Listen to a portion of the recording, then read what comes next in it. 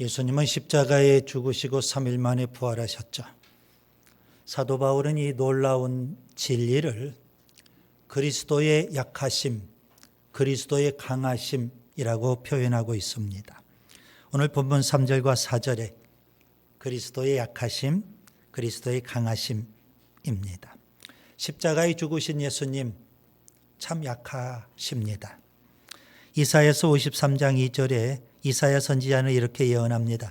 그는 주 앞에서 자라나기를 연한 순 같고 마른 땅에서 나온 뿌리 같아서 고운 모양도 없고 풍채도 없은즉 우리가 보기에 흠모할 만한 아름다운 것이 없도다. 유대 교권자들 앞에, 산헤드린 공의 앞에, 빌라도 총독 앞에 예수님은 그 모든 고난을 다 당하셨습니다. 너무나도 약하십니다. 죄가 없으심에도 불구하고 그 모든 고난을 다 당하셨고 십자가형을 당하십니다. 그리스도의 약하심이죠. 그러나 부활하신 예수님 강하십니다. 하나님의 능력으로 사망 권세를 이기고 부활하십니다. 에베소서 1장 20절 그의 능력이 그리스도 안에서 역사하사 죽은 자들 가운데서 다시 살리시고, 예수님은 성령의 능력으로, 하나님의 능력으로 마귀 사탄의 세력을 물리치시고요, 우리를 모든 죄에서 사하시고요, 그리고 부활의 첫 열매가 되십니다. 그리스도의 강하심입니다. 사도 바울 역시 그리스도의 약하심, 그리스도의 강하심처럼 약함과 강함이 있습니다. 본문 4절 우리도 그 안에서 약하나 너희에게 대하여 하나님의 능력으로 그와 함께 살리라. 육신적으로 바울은 참 약합니다. 유대교로부터 로마 제국으로부터 엄청난 박해와 핍박을 다 당합니다. 그는 고린도후서 11장 23절부터 27절에 그의 약한 모습을 이렇게 묘사를 합니다. 내가 수고를 넘치도록 하고 옥에 갇히기도 하고 매도 수없이 맞고 여러 번 죽을 뻔하였으니 유대인들에게 40에서 하나 감한 매를 5번 맞았으며 3번 대장으로 맞고 1번 돌로 맞고 3번 파선하고 일주야를 깊은 바다에서 지냈으며 여러 번 여행하면서 강의 위험과 강도의 위험과 동족의 위험과 이방인의 위험과 시내의 위험과 광야의 위험과 바다의 위험과 거짓 형제 중에 위험을 당하고 또 수고하며 애쓰고 여러 번 자지 못하고 줄이며 목마르고 여러 번 굶고 춥고 헐벗었노라. 그의 약한 모습 참 끔찍할 정도죠. 게다가 바울은요, 외모가 형편없었다고 합니다. 몸에 가시가 또 있죠. 글은 좀 잘 쓰는 듯한데 말은 어눌했다고 합니다. 그래서 주변 사람들로부터 늘 조롱을 당합니다. 심지어 그는 예수님의 12 제자 공동체에 포함된 사람이 아니죠. 그래서 끊임없이 사도권을 의심받기까지 합니다. 그의 약함이죠. 반면에 그는 약한 만큼 그리스도의 강하심을 많이 힘입습니다. 하나님의 능력을 힘입고요. 그래서 그는 이렇게 고백합니다. 고린도후서 4장 7절 우리가 이 보배를 질그릇에 가졌으니 이는 심히 큰 능력은 하나님께 있고 우리에게 있지 아니함을 알게 하려 함이라. 고린도후서 12장 9절 나의 여러 약한 것들에 대하여 자랑하리니 이는 그리스도의 능력이 내게 머물게 하려 함이라. 육신적으로는 약했지만 영적으로는 강했다고 그는 그렇게 말합니다. 그의 강함이죠. 사도 바울 그가 2차 선교 때 고린도 지역에 가서 복음을 전합니다. 교회를 개척을 해요. 그리고 1년 6개월 이상 그 지역에 머물면서 교회를 든든하게 세웠습니다. 큰 교회로 교회를 세우게 됐죠. 그리고 나서 그가 계속 선교 사역을 위해서 고린도 지역을 떠나게 됩니다. 그런데 고린도 교회 안에 온갖 문제들이 발생합니다. 그가 떠난 이후 고린도 교회는 한마디로 표현하면 현대교회처럼 문제 많은 교회입니다. 문제투성이의 교회. 이게 바로 고린도 교회입니다. 게다가 방금 전에도 말씀드린 대로 그는 12사도에 포함된 사람이 아니기 때문에 그의 사도권이 끊임없이 의심을 받습니다. 그렇게 혼신의 힘을 다해서 교회를 세웠는데, 그리고 그 교인들을 양육했는데 거짓 교사들이 들어와 가지고 바울의 사도권을 의심을 해요. 바울의 사도권을 의심했다는 건 또 무슨 말일까요? 바울이 전한 복음이 진짜겠느냐? 바울이 전한 말씀이 하나님 말씀이겠느냐? 그렇게 의심을 하게 만들더라는 겁니다. 그래서 그에게 양육을 받았던 성도들이 바울의 사도권을 의심을 해요. 본문 3절에 이는 그리스도께서 내 안에서 말씀하시는 증거를 너희가 구합니다. 그 정도예요. 바울의 입장에서 보면 기가 막힐 일이죠. 내가 목숨 걸고 여기에 와서 혼신의 힘을 다해서 그렇게 교회를 세우고 성도들을 양육했어요. 그리고 또 다른 지역에 가서 복음을 전하려고 하는데 들려오는 소식은요, 바울이 사도냐? 바울이 전한 복음이 진짜 복음이겠느냐? 바울이 우리에게 가르쳐준 하나님의 말씀이 진짜 하나님 말씀이겠느냐? 12사도도 아닌데. 이런 소리가 들리니 얼마나 기가 막히겠습니까? 얼마나 배신감을 느끼게 되겠습니까? 그런 고린도 교회, 바울은 그 교회 문제투성이의 그 교회의 문제를 해결하려고 가진 방법을 다 씁니다. 우리는 지금 고린도전서와 고린도 후서만 성경에 담겨 있는 걸 우리가 대하게 되는데요. 고린도 전후서를 우리가 자세하게 관찰해 보면 그 밖에도 바울이 노력했던 모습들이 많이 있습니다. 고린도 전서를 쓰기 전에 이미 편지를 고린도 교회에 보내기도 했어요. 그리고 고린도 전서를 또 보내요. 그리고 직접 고린도 교회를 방문하기도 해요. 그 문제들을 해결하기 위해서. 그리고 고린도 전서와 고린도 후서 사이에 또 눈물의 편지라는 편지도 보내요. 눈물로 호소를 해요. 그래도 문제가 해결되지 않으니까 이제 고린도 후서까지 보내요. 그리고 바울이 직접 고린도를 방문하려고 계획도 세워요. 맨 처음 첫 번째 고린도 지역에 가서 교회를 세웠죠. 나중에 고린도 교회가 문제가 많은 교회인 걸 알고 편지를 보내고 고린도 전서도 보내고 그리고 또 고린도 후서, 눈물의 편지, 그리고 직접 또 방문까지 다 해요. 두 번째 방문했죠. 이제 고린도 후서까지 보내면서 세 번째 방문을 하려고 해요. 본문 1절을 보세요. 내가 이제 세 번째 너에게 가리니. 바울은 그리스도의 약함으로 고린도 교회의 문제를 좀 풀어보려고 했어요. 그런데 문제가 풀리지를 않아요. 이제 세 번째 갈 때는 그리스도의 강함으로 그 고린도 교회를 방문하겠다는 겁니다. 그래서 죄 지은 사람 용서하지 않겠다. 아주 단호한 입장을 보입니다. 본문 2절을 보세요. 내가 이미 말하였거니와 지금 떠나 있으나 두 번째 대면했을 때와 같이 전에 죄 지은 자들과 그 남은 모든 사람에게 미리 말하노니 내가 다시 가면, 세 번째 가는 거죠, 용서하지 아니하리라. 고린도 교회를 대할 때 바울의 약한 모습, 바울의 강한 모습, 이제 우리가 보게 되는 겁니다. 고린도 후서를 결론 지으면서 바울은 고린도 교회를 향해서 아주 단호한 입장을 표합니다. 오늘 본문에 보면 믿음을 점검하라, 그렇게 말합니다. 여러분, 본문 5절 바울의 단호한 입장이 담겨 있습니다. 우리 다 같이 한번 읽겠습니다. 너희가 믿음 안에 있는가 너희 자신을 시험하고 너희 자신을 확증하라. 예수 그리스도께서 너희 안에 계신 줄을 너희가 스스로 알지 못하느냐. 그렇지 않으면 너희는 버림받은 자니라. 본문 7절에 보면 고린도 교회 안에는요, 옳은 자도 있고 버림받은 자도 분명히 있다는 겁니다. 여기 옳은 자는 예수님을 믿음으로 하나님으로부터 의롭다함을 받은 자, 하나님으로부터 인정받은 자, 옳은 자 있고요. 그런데 또 충격적인 것은 버림받은 자도 있다는 겁니다. 버림받은 자는 구원받지 못한 자입니다.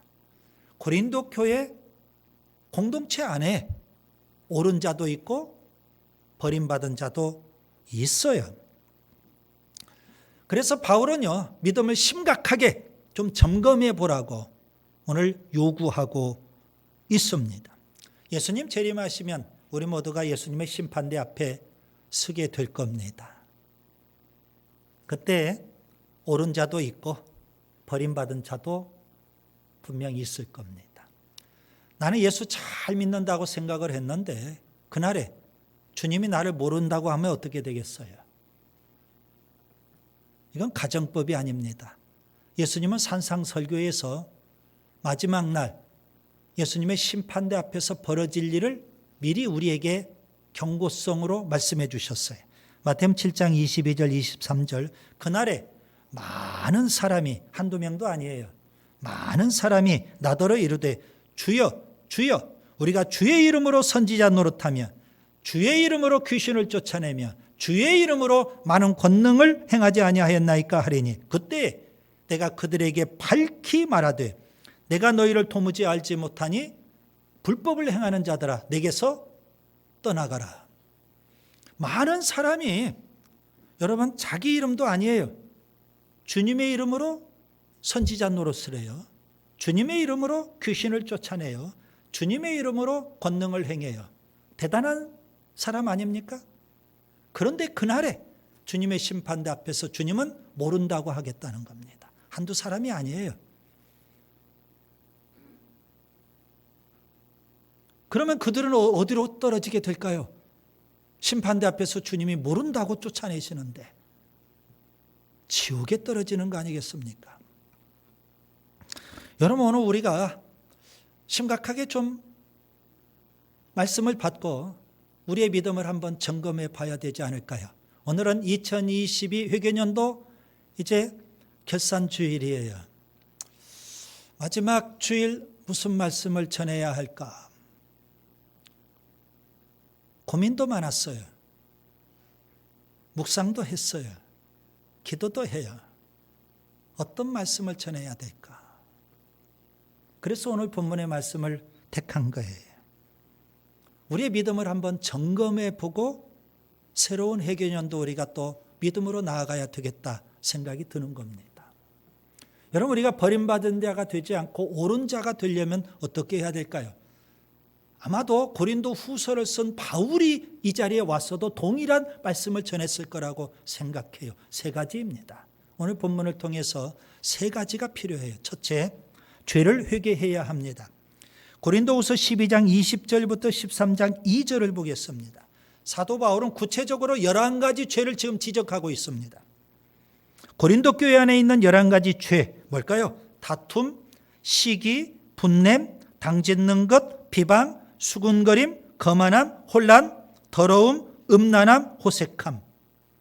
그런데 더 큰 문제가 있어요. 이런 죄악들이 고린도 교회 안에 넘쳐나는데 문제는요. 그걸 죄로 여기지도 않아요. 그리고 회개할 줄도 몰라요. 이게 문제예요. 강팍하고 완악해요. 그래서 바울은 아주 강한 입장으로 이제 고린도 교회에 내가 직접 방문하겠다는 겁니다. 두세 사람의 입을 통해서 먼저 그들의 죄를 낱낱이 지적하고 그리고 절대 용서하지 않을 거다. 아주 강한 입장을 그가 보이고 있는 겁니다. 여러분 이스라엘 백성이 요단강을 건넜어요. 젖과 꿀이 흐르는 가나안 땅에 들어가게 됐죠. 실로 광야 생활 40년 만에 벌어진 일이에요. 그런데 그들 앞에는 여리고성이라는 거대한 성이 버티고 있는 거예요. 겁나겠죠. 오합지졸과 같은 이스라엘 백성 입장에서는 여리고성을 넘기가 어려운 거예요. 그런데 하나님께서 여리고성을 주시겠다는 거예요. 그런데 조건이 있어요. 앞으로도 여리고성을 주신 것처럼 모든 성들을 다 줄 텐데 여리고성 이건 첫 열매니까 하나님 앞에 바치라는 겁니다. 그래서 이스라엘 백성은 기적 같은 방법으로 여리고성을 정복하게 돼요. 그 모든 전리품 첫 열매로 하나님 앞에 드리는 거예요. 가나안 땅에 들어가서 처음 정복한 성, 그 첫 열매를 하나님이 다 요구하시니까 드리는 거예요. 그런데 딱 한 사람, 아간이라는 사람이 그 여리고성 전리품 가운데 탐이 난 게 있었어요. 그는 시날산의 외투 한 벌, 은 200세겔, 금덩이 50세겔, 그게 탐나서 숨쳤어요. 하나님 앞에 드리지를 않고. 이스라엘 백성이 여리고성을 정복하고 그 다음 아이성을 만나게 돼요. 여리고성은 거대한 성이라고 한다면 아이성은 아주 조그마한 성이에요. 능히 이길 수 있어요. 그런데 보기 좋게 패했어요. 그 원인이 뭘까? 하나님께서 가르쳐 주셔야 범죄가 있기 때문이라는 거예요. 하나님은 이스라엘 백성을 다 부르셔요. 범죄자 한 사람을 찾겠다는 겁니다. 하나님께서 모르셨을까요? 아셔요. 그런데 이스라엘 백성을 다 부르셔요. 그리고 제비를 뽑아요. 12지파 가운데 한 지파, 그리고 그 지파 안에서 한 족속, 그리고 그 한 족속 가운데 한 집안, 그 한 집안 가운데 또 한 가족, 차츰차츰 범위가 좁혀져 와요. 그렇게 제비 뽑기가 진행되는데 아간은요, 계속 설마 했겠죠. 끝까지 회개할 줄 몰라요. 근데 아간이 뽑혔어요. 악을 골짜기에 던져지고 돌에 맞아 죽고 말았어요. 아간의 이 강팍함, 고린도 교회 안에도 그대로 존재해요. 회개할 줄을 몰라요. 예수님 공생애를 시작하시면서 외치셨던 말씀이 있어요. 회개하라, 천국이 가까이 왔느니라. 여러분 그 말씀을 잘 음미해 보세요. 천국은 회개 없이는 갈 수 없다는 거예요. 회개 없이 구원받을 수 없는 거예요. 물론 회개 없이 교회는 들어올 수 있어요. 오래 다니면 세례도 받고 직분도 받아요. 은사도 받을 수 있어요. 그런데 회개 없으면 천국에는 못 들어가는 거예요. 교회는 올 수 있어도 천국에는 들어갈 수 없어요. 회개도 대충 하면 안 돼요. 적당히, 대충 얼렁뚱땅 구렁이 담 넘어가듯 신용만 내어가지고 그게 무슨 회개냐고요. 철저히 회개해야 돼요. 세례 요한은 외쳤어요. 회개에 합당한 열매를 맺으라고. 회개에 합당한 열매를 맺으라고. 여러분 예수님께서 우리의 죄를 지고 십자가에서 형벌을 당하셨어요. 그 예수님이 당하신 십자가 형벌이 너무나 끔찍하고 엄청나잖아요. 뭐 때문일까요? 죄 때문이에요. 하나님은 죄 문제를 적당하게 대충 다루시지 않아요. 그랬다면 굳이 예수님, 독생자이신 예수님 십자가에 그 엄청난 형벌을 당하실 필요가 없잖아요. 왜 예수님이 그 십자가 형벌을 당하실까요? 하나님은 죄를 그렇게 심각하게 다루신다는 거예요. 그렇다면 우리가 이 죄 문제에 소홀히 할 수가 없어요. 철저히 회개해야 되는 거예요. 단호하게 죄를 끊어야 된다는 말씀이에요. 회개만이 살 길이에요. 회개 없이는 천국에 갈 수 없고, 회개 없이는 예수 믿을 수 없고, 회개 없이는 구원받을 수 없는 거예요. 둘째, 예수님을 영접해야 합니다. 본문 5절을 보겠습니다. 너희는 믿음 안에 있는가? 너희 자신을 시험하고 너희 자신을 확정하라. 예수 그리스도께서 너희 안에 계신 줄을 너희가 스스로 알지 못하느냐? 그렇지 않으면 너희는 버림받은 자니라. 여러분 우리가 버림받은 자가 되지 않으려면 어떻게 해야 될까요? 죄를 철저히 회개하고 그 다음에 예수님을 믿어야 되는 겁니다. 여러분 요한계시록 3장에 보면 소아시아 7교회 가운데 라오디게아 교회가 나옵니다. 현대교회를 상징해 주는 그런 교회예요. 그런데 충격적인 건 뭘까요? 예수님께서 문 밖에서 두드리고 계시다는 거예요. 우리 마음 문 밖에서 예수님이 두드리고 계셔요. 나는 예수 믿는 것 같은데 예수님은 여전히 내 마음 문 밖에 계셔요. 우리는 예수님 믿는 것 같은데 예수님이 예배당 밖에 계셔서 문을 놓고 하고 계신다면 어떻게 될까요? 비극이죠. 여러분, 예수님을 믿는다는 것은 예수님을 영접한다는 겁니다. 요한복음 1장 12절, 영접하는 자 곧 그 이름을 믿는 자들에게는 하나님의 자녀가 되는 권세를 주신다는 거예요. 예수님이 우리 안에 오셔야 돼요. 예수님 우리 인생에 들어오셔야 된다는 말씀이에요. 그 예수님은 어떤 분이실까요? 손님이에요? 객이에요? 아니에요. 우리 인생의 주인으로 예수님이 오셔야 되는 거예요. 그 예수님이 우리 인생을 사셔야 되고, 그 예수님이 우리 인생을 통치하셔야 되고, 그 예수님이 우리 인생의 주인이 되셔서 우리 인생을 이끌어 가셔야 되는 줄 믿습니다. 여러분, 예수님을 믿는다는 것은 예수님을 고백한다는, 예수님을 시인한다는 의미가 돼요. 로마서 10장 9절 10절에 보면, 내가 만일 내 입으로 예수를 주로 시인하며 또 하나님께서 그를 죽은 자 가운데서 살리신 것을 내 마음에 믿으면 구원을 받으리라. 사람이 마음으로 믿어 의에 이르고 입으로 시인하여 구원에 이르느니라. 여러분은 우리 죄를 지고 십자가에 죽으신 예수님을 믿는지요? 사망 권세를 이기고 부활하신 예수님을 믿는지요? 그 예수님을 여러분 영접하고 그 예수님이 여러분 인생의 주인이 되시는지요? 예수님은 우리의 구세주이십니다. 예수님은 우리의 하나님이십니다. 예수님은 우리의 주권자이십니다. 세상에는 많은 종교들이 있어요. 저마다 다 구원을 말해요. 그러나 진정한 종교는, 진정한 구원은 기독교 안에만 있는 거예요. 세상의 모든 종교는 다 거짓이에요. 예수님을 믿어야만, 예수님을 영접해야만, 예수님이 십자가에 죽으시고 부활하심을 믿어야만 우리가 구원받게 되는 줄 믿습니다. 유대인들을 보세요. 그들은 예수님을 믿지 않았어요. 그래서 예수님은 이렇게 말씀하십니다. 요한복음 8장 24절, 그러므로 내가 너희에게 말하기를 너희가 너희 죄 가운데서 죽으리라 하였노라. 너희가 만일 내가 그인 줄 믿지 아니하면 너희 죄 가운데서 죽으리라. 구원받지 못한다는 겁니다. 오직 예수예요. 오직 예수님을 믿는 믿음이 중요하다는 말씀입니다. 유대교의 지도자 가운데 우리가 잘 알고 있는 니고데모가 있어요. 요한복음 3장에 나오죠. 그는 이스라엘의 선생이에요. 그리고 그는 산헤드린 공회원이었을 거예요. 명예와 권세도 있고 성경의 해박한 지식까지 갖고 있어요. 바리새인이에요. 율법을 철저히 지킨다고 자부하는 사람이에요. 그런데 예수님은 그런 니고데모에게 거듭나라고 말씀하셔요. 거듭나지 못했다는 거죠. 구원받지 못했다는 거죠. 요한복음 3장 7절, 내가 내게 거듭나야 하겠다 하는 말을 놀랍게 여기지 말라. 예수님 외에 달리 구원이 있을 수 없습니다. 오직 예수 믿는 믿음이 중요해요. 사도행전 4장 12절, 다른 이로서는 구원을 받을 수 없나니 저나 사람 중에 구원받을 만한 다른 이름을 우리에게 주신 일이 없음이라 그랬어요.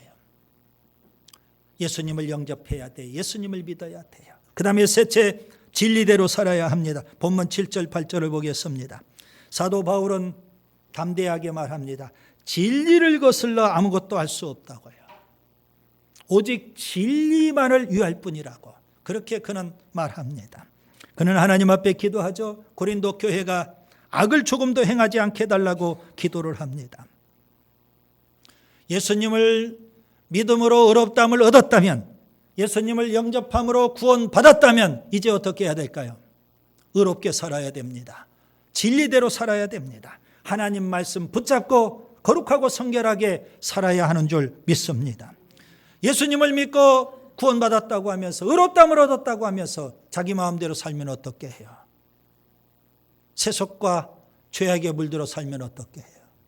세상과 타협하며 살면 어떻게 그가 구원받았다고 할 수 있겠어요? 그래서 바울은요, 오직 진리만을 위할 뿐이다 그렇게 말해요. 진리를 거슬러 아무것도 할 수 없다고 말해요. 이게 바로 믿음이에요. 그냥 믿습니다 하고 나 구원받았다 착각하면 안 돼요. 그날에 주님께서 나는 너를 부른다. 버림받은 자가 예배당 안에도 분명히 있거든요. 여러분, 우리가 진리대로 산다는 것, 우리가 거룩하고 성결하게 산다는 것, 이것은 구원의 결과입니다. 구원의 조건은 아니에요. 우리의 선행, 우리의 공로, 우리의 노력으로 우리가 구원받는 거 아니에요. 예수 믿는 믿음으로 구원받았어요. 그렇기 때문에 당연히 마땅히 우리가 말씀대로 살아야 되고 거룩하고 성결하게 살아야 되고 선하게 살아야 되는 겁니다. 에베소서 2장 8절과 9절에 보면 은혜로 구원받는다고 했어요. 너희는 그 은혜에 의하여 믿음으로 말미암아 구원을 받았으니 이것은 너희에게서 난 것이 아니요 하나님의 선물이라. 행위에서 난 것이 아니니 이는 누구든지 자랑하지 못하게 하려 함이라. 이렇게 구원받았다면 이제는 어떻게 해야 될까요? 에베소서 2장 10절을 보면 우리는 그가 만드신 바라 그리스도 예수 안에서 선한 일을 위하여 지으심을 받은 자니라. 선행에 힘써야 된다는 말씀입니다. 디도서 2장 14절 그가 우리를 대신하여 자신을 주심은 모든 불법에서 우리를 속량하시고 우리를 깨끗하게 하사 선한 일을 열심히 하는 자기 백성이 되게 하려 하심이라 그랬어요. 예수님 십자가에 죽으셨죠. 그 예수님을 믿으면 죄사함을 받아요. 그런데 예수님은 부활하셨어요. 살아계신 예수님, 그분이 우리 안에 오셔야 돼요. 그래야만 우리가 이제는 부활의 새 생명으로 사는 거예요. 예수 믿고 구원받았다고 하면서도 여전히 과거의 나로 살면 안 돼요. 과거의 나는 십자가에 못 박아 죽고요. 이제는 부활의 새 생명으로 살아야 돼요. 예수님이 내 인생을 사시는 거예요. 거룩하고 성결하게 살아야 되겠고 진리 따라 살아야 하는 줄 믿습니다. 바울은 고린도 교인들을 향해서 외칩니다. 진리대로 거룩하고 성결하게 살라고. 고린도 후서를 마무리 지으면서 그는 또다시 권면을 합니다. 본문 11절을 보세요. 마지막으로 말하노니 형제들아 기뻐하라. 온전하게 되며 위로를 받으며 마음을 같이하며 평안할지어다. 또 사랑과 평강의 하나님이 너희와 함께 계시리라. 거룩하게 입맞춤으로 서로 문안하라. 거룩하고 성결하게 살 수 있기를 바랍니다. 오늘 결산주일을 맞이해서 우리의 믿음을 한번 점검해보고 새로운 회개년도를 맞이할 수 있기를 바랍니다. 교회 안에는 예배당 안에는 옳은 사람도 있지만 버림받은 사람도 분명히 있기 때문에 그렇습니다. 죄를 철저히 회개해야 됩니다. 예수님을 영접하고 예수님을 믿어야 합니다.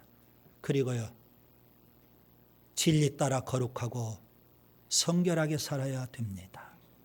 그런 사람이 하나님이 인정하시는 옳은 사람, 의로운 사람인 줄 믿습니다.